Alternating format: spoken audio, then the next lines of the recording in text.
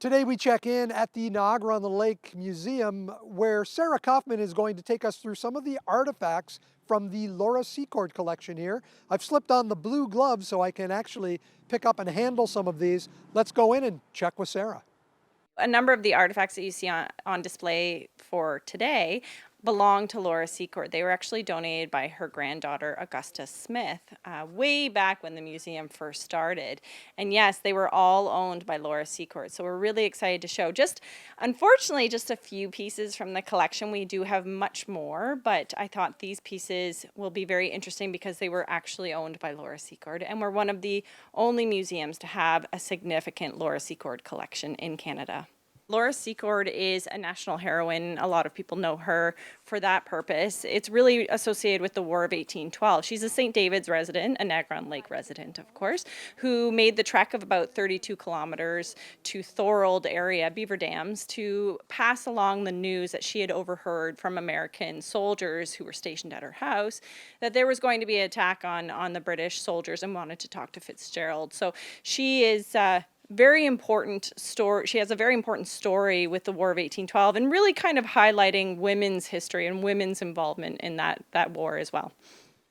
A lot of her story is misunderstood. There are all kinds of, I guess, I don't know if you would call them rumors or misconceptions about some of the things that happened during her trek. Yes, there's a lot of quite hilarious stories too, the cow being one of the favorites. And some of that comes through plays that were created about her, but not about the genuine story.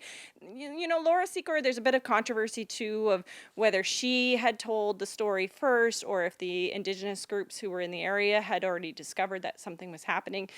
Either way, the feat that she accomplished was significant. And the thing that I appreciate the most about Laura Secord is the fact that she highlights the women's story, which often gets ignored in military stories. But I think she is a great introduction to a few other women who were involved in the War of 1812, and that the contributions that they provided or had for the War of 1812 were significant for the military at the time. Why was what she did on that journey so important? Why was it so crucial to the effort?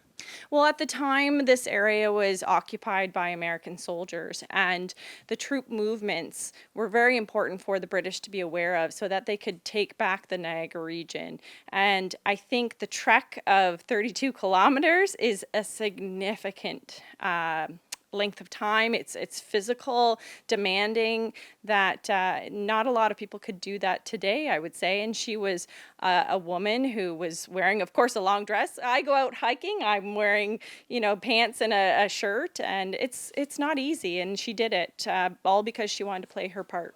While we were celebrating the 200th anniversary of the War of 1812, there was also a push on to make sure that the entire footprint of her journey could be open to walkers today. How did that come about?